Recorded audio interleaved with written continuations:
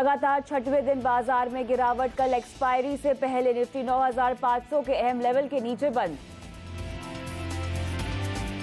1 जुलाई से अनिवार्य होगा पैन को आधार से लिंक करना, वरना नहीं भर पाएंगे रिटर्न। सरकार ने जारी किया नोटिफिकेशन। जीएसटी के जश्न में नहीं शामिल होंगी ममता बनर्जी, कांग्रेस भी कल करेगी अपना रुख साफ। आधे से ज्यादा व्यापारी अब भी जीएसटी को लेकर कंफ्यूज, फिर भी 62% जीएसटी को मनाते हैं, मानते हैं अच्छा कदम। ब्रिक वर्कर्स के सर्वे में सामने आई सच्चाई।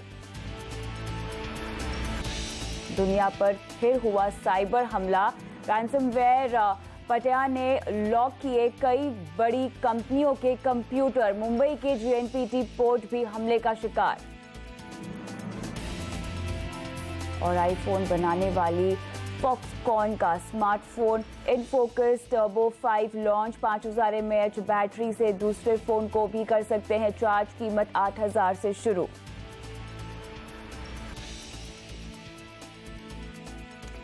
क्या हम सिर्फ जरूरतें पूरी करने के लिए कमाते हैं, या फिर सारे सपने हकीकत में बदलने के लिए भी हम दिन रात मेहनत करते हैं? योर मनी में हमारा मकसद है आपको आपके सपनों की जिंदगी देना, जिसके लिए जरूरी है सही निवेश रणनीति को चुनना। नमस्कार, मैं हूं कविता थपलियाल और योर मनी में आज हम देंगे पर्सनल फाइनेंस जुड़े आपको देंगे तमाम नुस्खे। और मेरे साथ इस पूरी चर्चा में आज शामिल है एटिका वेल्थ मैनेजमेंट के डायरेक्टर और chief financial planner Nikhil Kothari. Nikhil, आपका स्वागत है। शुरुआत करते हैं और सबसे पहले बात एक अहम चीज की। 1 जुलाई से जीएसटी लागू होने पर हम सबकी जिंदगी बदल जाएगी। किचन के बजट से लेकर आपके पूरे घर का बजट, यहाँ तक कि आपकी जीवन शैली, आपके लाइफस्टाइल का भी जो खर्चा है उसमें भी हम काफी बदलाव देखेंगे। तो फिर क्यों ना इसी समय आपके निवेश पोर्टफोलियो पर भी थोड़ा सा ध्यान दिया जाए, उसको लेकर भी थोड़ी सी प्लानिंग की जाए। कई सारे फंड हाउसेस ने जीएसटी से जुड़े क्लोज एंडेड फंड्स लॉन्च किए हैं। जी हाँ, इनमें आप 3.5 साल तक निवेश कर सकते हैं। लेकिन क्या आपको जीएसटी जैसे टैक्स रिफॉर्म के चलते इस फंड्स को अपने पोर्टफोलियो में शामिल करना चाहिए या नहीं? कैसे होते हैं जीएसटी के ये फंड, कहां ये फंड निवेश करते हैं, आपके लिए ये फंड कैसे हैं? तमाम बात करते हैं हम। निखिल, सबसे पहले मुझे बताइए कि यहाँ पर 3 बड़े फंड हाउसेस हैं जो जीएसटी सेंट्रिक फंड्स लॉन्च कर रहे हैं। जब मैं जीएसटी सेंट्रिक फंड्स की बात करती हूँ तो ये किस तरह के फंड्स होंगे? जैसे हम सब जानते हैं कि 1 जुलाई से जीएसटी लागू हो जाएगा, तो आपका जो टैक्स, जो इतने दिन से जो दूसरा टैक्स स्ट्रक्चर चल रहा था, अब 1 नेशन 1 टैक्स हो जाएगा। तो जीएसटी होने के कारण काफ़ी सारी कंपनियां होगी, उनको फ़ायदा होगा, काफ़ी सारे कंपनी होगा उनको नुकसान होगा। फ़ायदा उनको होगा जिनका टैक्स जो रेट्स है वो अगर कम हो गए हैं, या किसी कंपनी को इनपुट क्रेडिट मिलेगा उसके लिए फ़ायदा होगा।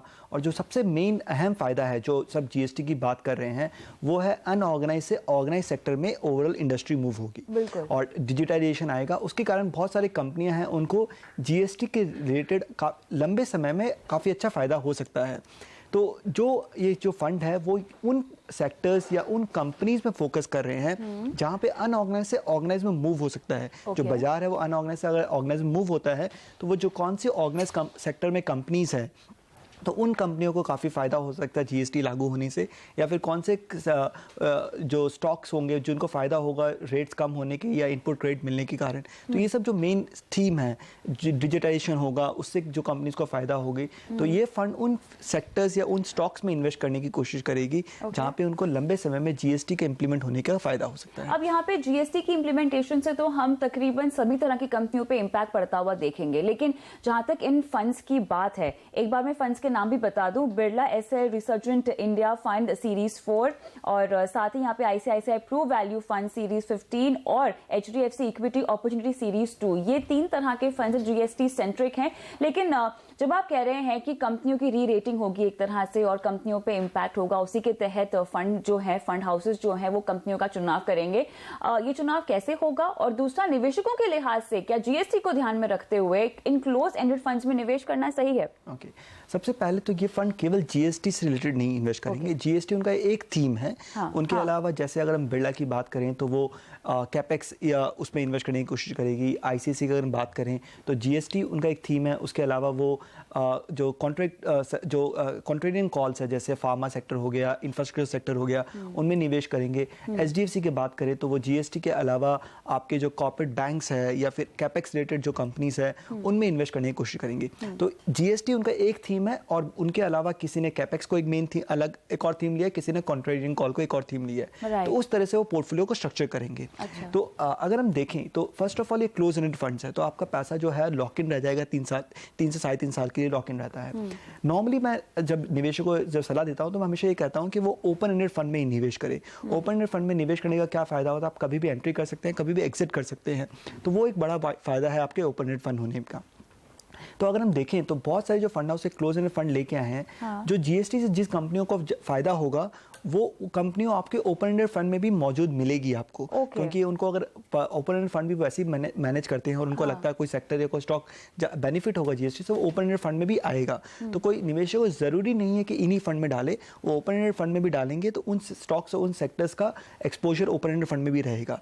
पर अगर किसी को थीमेटिक प्ले करना है कि मेरे को एक थीम से प्ले करना है जो खाली GST या कैपेक्स रिकवरी उनमें प्ले करे, तब वो इन फंड को देख सकते हैं। पर अदरवाइज नॉर्मल लिहाज से अगर हम देखें, अगर सेवी इन्वेस्टर नहीं है, फर्स्ट टाइम इन्वेस्टर है या बिल्कुल, मैं उसी पर आ रही थी। अगर आपको बाजार की जानकारी नहीं है और अगर आप किसी थीम में ही प्ले करना चाहते हैं, तब जाके आप GST थीम का फायदा उठा सकते हैं, इसे अपने पोर्टफोलियो में शामिल कर सकते हैं। लेकिन सवाल अब ये है कि जोखिम कितना है, और साथ ही क्योंकि ये इक्विटी ओरिएंटेड फंड्स हैं, तो ऐसे में केवल 3.5 साल के लिए मैं अपने पैसे इसमें डाल सकती हूँ। क्योंकि इक्विटी हम कहते हैं कि अगर आपका 5 साल से ज्यादा का नजरिया है, तब जाके आपको अच्छा खासा फायदा मिलेगा या बेनिफिट मिलेगा। सही बोल रहे हो। तो पहले तो ये 3.5 साल का लोग का कॉन्सेप्ट नहीं होना चाहिए। लोग जब इक्विटी में निवेश करो तो एटलीस्ट आपका जो टाइम फ्रेम होना चाहिए वो 5 से 7 साल का होना चाहिए। तो इसलिए मैं कहता हूं कि आप ओपन एंडेड फंड में निवेश कीजिए, क्योंकि वहां पे आपको डाइवर्सिफाइड पोर्टफोलियो मिलता है। कल कोई भी कारण से GST में कुछ चेंजेस आते हैं, कुछ प्रॉब्लम आती है, तो ये फंड उस कॉन्सेंट्रेशन हो जाता है। पर आपके ओपन एंडेड फंड में फंड मैनेजर पोर्टफोलियो चेंज करके उसको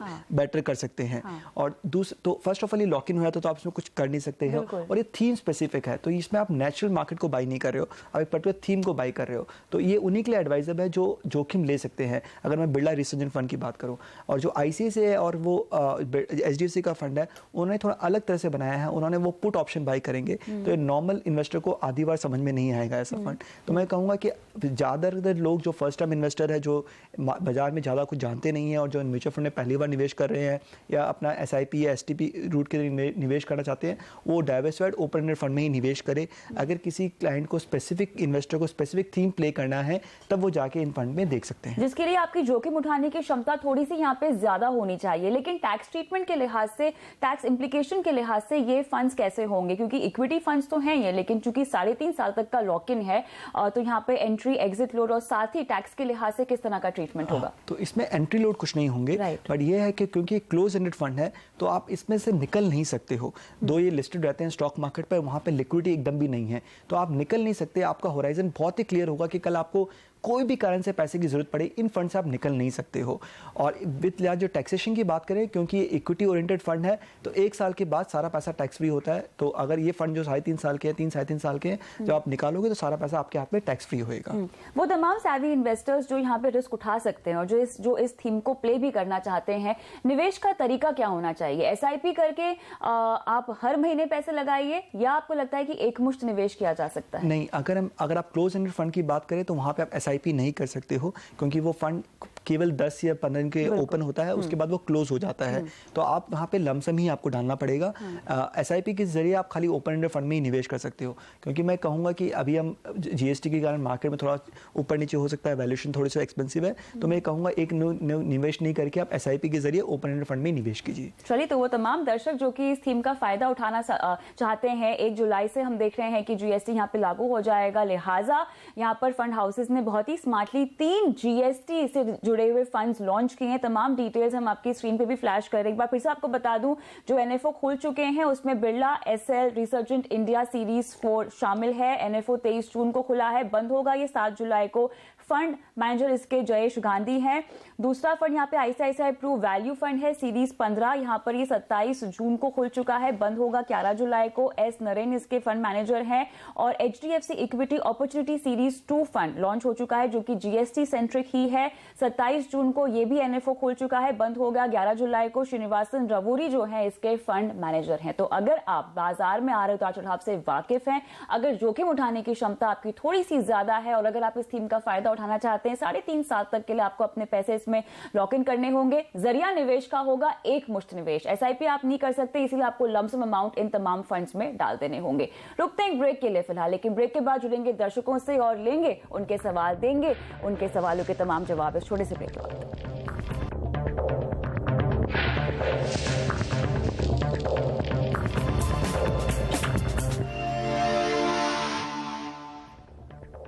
योर मनी में आगे बढ़ते हैं और अब जुड़ते हैं हमारे दर्शकों के साथ। मनीष चंद्र जोशी हमारे पहले दर्शक फोन लाइन पर है। नमस्कार मनीष, कैसे हैं, कहां से बोल रहे हैं, कुछ बताइए अपने बारे में। नमस्ते मैम, मेरा नाम मनीष है और मैं मुंबई से बोल रहा हूँ। अच्छा, आप 25 साल के हैं, मुझे बताइए आप। थैंक यू मैम आपको, बिकॉज आपका शो देख के लास्ट ईयर से मैंने एसआईपी में निवेश करना चालू किया था एंड उससे पहले मेरे को एसआईपी के बारे में कुछ नहीं पता था, but only because of your show मैं ये कर पाया हूँ। बहुत अच्छा लगा ये सुनकर मनीष, और मैंने आपका पोर्टफोलियो देखा भी है जो आपने भेजा है। आपने यहाँ कुछ फंड्स अपने पोर्टफोलियो में शामिल किए हैं, लगभग 4 फंड्स हैं। तो मुझे बताइए, लगभग 1 साल से आपका ये निवेश है, आप बाजार को ट्रैक करते हैं? हाँ जी मैम, मैं बाजार को ट्रैक करता हूँ, बट अभी मेनली मैंने म्यूचुअल फंड के जरिए, एसआईपी के जरिए ही निवेश करना चालू रखा है। थोड़ा टाइम के लिए मैंने ट्रेडिंग और इन्वेस्टिंग किया था, बट बिकॉज मेरे को ज्यादा समझ में नहीं आया तो मैंने गैप लिया। लेकिन फंड सिलेक्शन आपका खुद का है? हाँ, ये फंड सिलेक्शन मैंने आपका moneycontrol.com से खुद से सिलेक्ट किए हैं। ठीक है, मुझे बताइए, आपने जो ये ultra short term debt fund में पैसे लगाए हुए हैं 1 लाख रुपए, आपने लमसम निवेश किया हुआ है, आप इन पैसों के साथ रिस्क नहीं लेना चाहते बिल्कुल भी? हाँ, बेसिकली मेरा इसका मोटो यही था। अभी तक मैंने लगभग इसमें 1.5-1.5 लाख रुपए धीमे धीमे मैं जो सैलरी से होता है जमा करता रहता हूँ, बिकॉज मेरे को ये पैसे मैंने अपने जो बैंक बैलेंस है उसको निकाल के अपना बैंक बना लिया है इसको। तो एक कंटिजेंसी फंड है आपका, इमरजेंसी फंड के तौर पे आप इसको ट्रीट कर रहे हैं मनीष? हाँ जी, हाँ जी। ठीक है, ठीक है। तो आपका गोल क्या है? अभी आप कह रहे हैं कि योर मनी आप लगातार देख रहे हैं, सीखे हैं आपने फाइनेंशियल प्लानिंग के गुर यहाँ से, तो लक्ष्य निर्धारित करने चाहिए सबसे पहले, वो नहीं बताया आपने, मेल में कहीं नहीं लिखा। मेरा अभी फिलहाल जो गोल है, because I am 25 years old, तो मेरा अभी केवल मनी का गोल है, लाइक वेल्थ क्रिएशन। 4-5। हाँ, लेकिन मनीष आगे चल के घर खरीदना होगा, गाड़ी खरीदनी होगी, आप शादी करेंगे तो फिर जिम्मेदारियां भी बढ़ेंगी, उस लिहाज से कुछ सोचा है? इतना प्रिसाइज तो नहीं सोचा है, बट मनी गैदरिंग करेंगे। लेकिन चलिए कोई बात नहीं, आपको बताते हैं कि पोर्टफोलियो में फंड कैसे हैं और क्या इनमें निवेश करना चाहिए या नहीं। निखिल 25 साल की उम्र है इनकी, काफी सराहनीय बात है, इन्होंने खुद बाजार की चाल को अब समझना शुरू कर दिया है, निवेश पोर्टफोलियो भी बनाया है। फंड सिलेक्शन कैसा है? गोल हालांकि कुछ है नहीं फिलहाल, केवल वेल्थ क्रिएशन मानकर ही चलते हैं। हाँ, तो अगर आपका वेल्थ क्रिएशन गोल है तो आप वेल्थ क्रिएशन कह सकते हो या उसको आप अपना रिटायरमेंट प्लानिंग कह सकते हो, क्योंकि रिटायरमेंट प्लानिंग की जिस दिन से आप काम करना स्टार्ट करते हो वो आपका एक गोल हो जाता है कि आपको अपने रिटायरमेंट के लिए प्लानिंग कर देनी चाहिए। तो मैं ये कहूँगा कि आप जब नेक्स्ट टाइम से कभी भी निवेश करो तो एक गोल निर्धारित कीजिए, उसके हिसाब से ही आपको इन्वेस्ट करना होता है। जिस तरह से आपने फंड कहा, जो आपने Franklin ultra short term fund कहा है, वो एक liquid ultra short term fund है। तो ये पैसा आप केवल, आपको अगर कभी 3 महीने 6 महीने कभी ये पैसे नहीं चाहिए या आपको कभी भी कंटिजेंसी, जैसे कविता जी ने कहा कि आपको रिक्वायरमेंट है, तो आप वो पैसा इस फंड में डाल सकते हैं। जो आपने डीएसपी माइक्रो कैप फंड लिया है वो एक बहुत ही माइक्रो कैप जो स्टॉक्स होते हैं, माइक्रो स्टॉक्स होते हैं, उनमें निवेश करता है। तो ये सबसे रिस्कीएस्ट फंड है इंडस्ट्री में अगर हम देखें तो आप मतलब इन टर्म्स ऑफ कैपिटलाइजेशन के हिसाब से। तो अगर इस फंड में आप निवेश करें तो आपका होराइजन जो होता है वो एटलीस्ट आपका 10 साल का होराइजन होना चाहिए।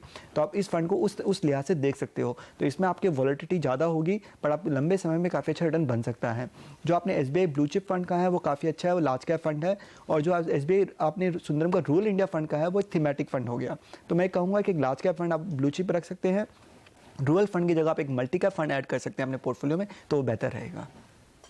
चलिए, तो यहाँ पे क्लियरली हमने आपको बताया है कि फंड्स तो अच्छे हैं, इसमें आगे चल के निवेश बढ़ा भी सकते हैं, लेकिन मैं चाहती हूँ कि लिक्विड फंड के लिहाज से कोई बेहतर ऑप्शन इनके लिए है कि नहीं, ये लिक्विड फंड काफ़ी अच्छा है, तो इनको काफ़ी अच्छा रिटर्न आ सकता है इस फंड में।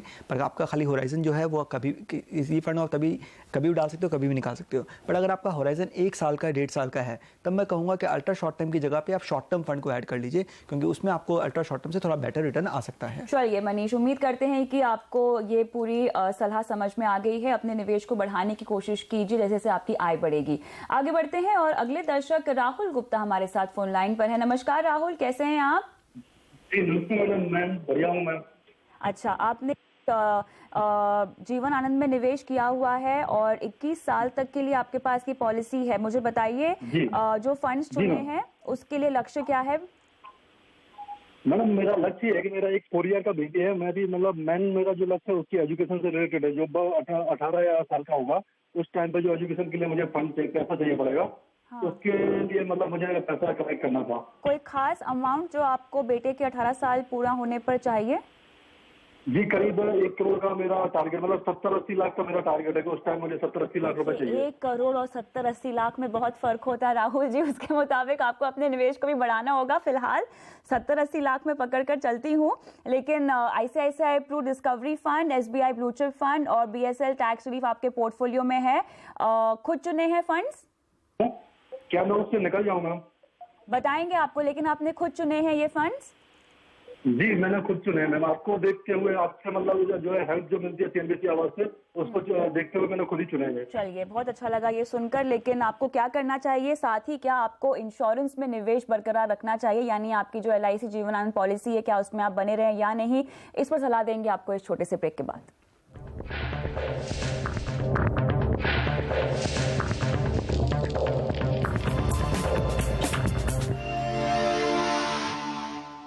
योर मनी में हम दे रहे हैं राहुल गुप्ता के सवाल का जवाब, जो कि अपने बेटे की पढ़ाई के लिए पैसे इकट्ठा करना चाहते हैं। इन्होंने कुछ फंड्स भी अपने पोर्टफोलियो में शामिल किए हैं, जिसमें ICICI प्रू डिस्कवरी फंड है, SBI ब्लू चिप फंड है और BSL टैक्स रिलीफ भी है। निखिल, फंड से पहले जो इन्होंने अपने लिए इंश्योरेंस में इन्वेस्टमेंट किया हुआ है, जिसके लिए हम कहते हैं कि आपको कभी नहीं करना चाहिए, आपकी फाइनेंशियल प्लानिंग का एक हिस्सा इन्वेस्टमेंट होता है और एक हिस्सा होता है इंश्योरेंस। लेकिन इंश्योरेंस में अगर आप निवेश करते हैं, जैसा कि इन्होंने किया हुआ है जीवन आनंद पॉलिसी में, अगर ये बने रहते हैं, 21 साल तक की टर्म है इस पॉलिसी की, कितना कमा पाएंगे? देखिए, जैसे पहले तो आप ये जो इंडाउमेंट पॉलिसी है, तो इसमें आपको जो सालाना रिटर्न आ सकता है, आज से अगर हम 10-15 साल की बात करें तो आपको 6 से 7% से ज़्यादा ऊपर रिटर्न नहीं आएगा। तो मैं ये कहूँगा कि अपना इंश्योरेंस इन्वेस्टमेंट को अलग रखिए। जैसे इन्होंने अपना एक टर्म इंश्योरेंस लेके रखा है, पर इन्होंने जो टर्म इंश्योरेंस दिया है वो केवल 50 लाख रुपए का है। पर टर्म इंश्योरेंस का एक थंब रूल, जब हम यंग होते हैं तो एक थंब रूल फॉलो करना चाहिए कि आपकी जो सालाना आय है उसका 20 गुना आपका टर्म इंश्योरेंस आपको कोई भी कंपनी दे सकती है और आपको होना चाहिए। तो मैं ये कहूँगा पहले तो उनको अपना टर्म इंश्योरेंस बढ़ा लेना चाहिए।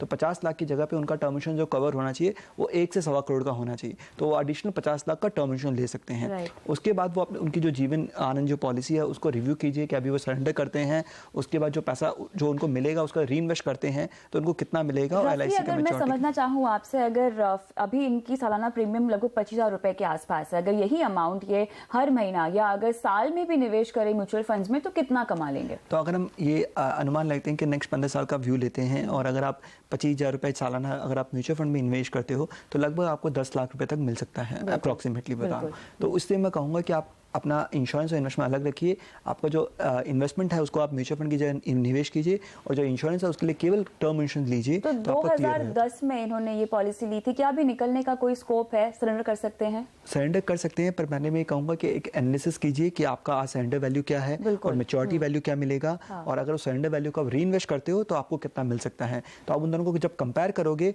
अगर कंपेरिजन के बाद ये पता चलता है कि इंश्योरेंस सरेंडर करना वर्थ है तो आप सरेंडर कर सकते हैं। फंड्स कैसे हैं?